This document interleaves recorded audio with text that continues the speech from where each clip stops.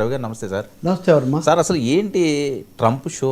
లక్షల మంది ప్రాణాలు కాపాడేట ఇంత మంచి మనసు, ఇంత ఉదార్థమైన మనసు ట్రంప్కి ఏ రకంగా వచ్చింది? భారత్ పాకిస్తాన్ని ఆయనే కాపాడుతున్నట్లుగా మాట్లాడుతున్న మాటలను ఎలా చూడాలి?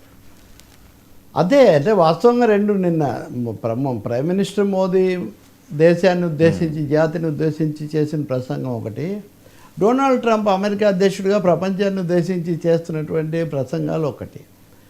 భారతదేశమేమో ఇప్పుడు మనం ముందు మోదీ గురించి మాట్లాడితే మోదీ నిన్న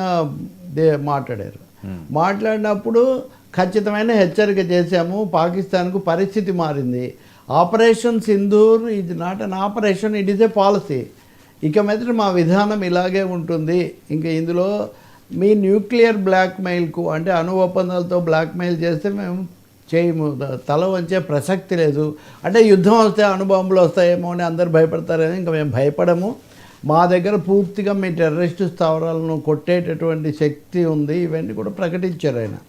నిజంగానే గతంలో దానికి భిన్నమైన వ్యూహం అనుసరించారు కాబట్టి అది జరిగింది, ఆ దశ అయిపోయింది.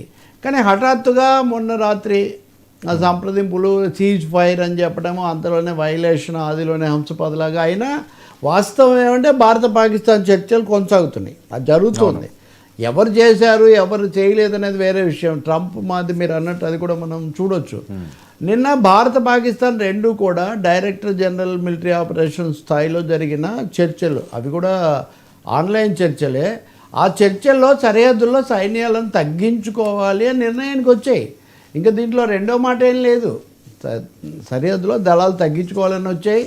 రెండవది పరిస్థితి కొంచెం ప్రశాంతంగా ఉంది అని భారత ప్రభుత్వం కూడా, భారత సైనిక ప్రతినిధులు కూడా చెప్పారు.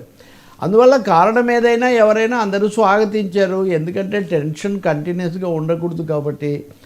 కానీ అది ఎవరు చేశారు, ఎందుకు వచ్చింది అన్నదాని మీద చాలా ప్రశ్నలు ఉన్నాయి. మోదీ ప్రధాని హోదాలో అన్నింటినీ కూడా నడిపిస్తున్న వ్యక్తిగా, కీలక వ్యక్తిగా ఆయన చెప్పింది ఏంటంటే ఇది మేము నిలుపుదల చేసాం, ఇది విరామం మాత్రమే, విరమణ కాదు, మళ్ళీ ఎప్పుడు చేసినా కానీ అప్పుడు మళ్ళీ మేము రెడీగా ఉంటాము అనే ఒక తీవ్రమైనటువంటి ఒక హెచ్చరిక మోదీ చేశారు.